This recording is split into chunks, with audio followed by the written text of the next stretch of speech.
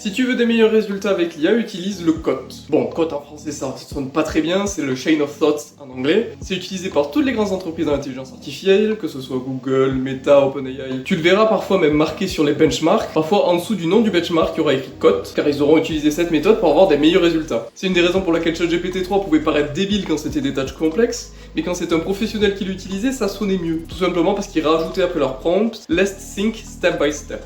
Donc le fait de juste réfléchir étape par étape. En disant à l'IA de réfléchir étape par étape, elle va arrêter de te faire des gros pavés dégueulasses illisibles. Donc avec le code, elle va te faire un plan étape par étape, qui sera vraiment déjà plus simple à suivre pour toi. En plus de ça, d'être plus logique, étant donné qu'elle va utiliser un plan logique dans sa tête pour pouvoir te déballer tout ça. Donc je te conseille d'utiliser cette méthode qui est très simple. Tu rajoutes une phrase, soit réfléchis étape par étape, soit let's think step by step en anglais. Pour des processus plus complexes comme de la stratégie d'entreprise, c'est vrai que d'autres méthodes sont plus adaptées et je t'en parlerai la prochaine fois. Et n'hésite pas à me poser tes questions en commentaire ou même tes résultats et on en discutera dimanche prochain.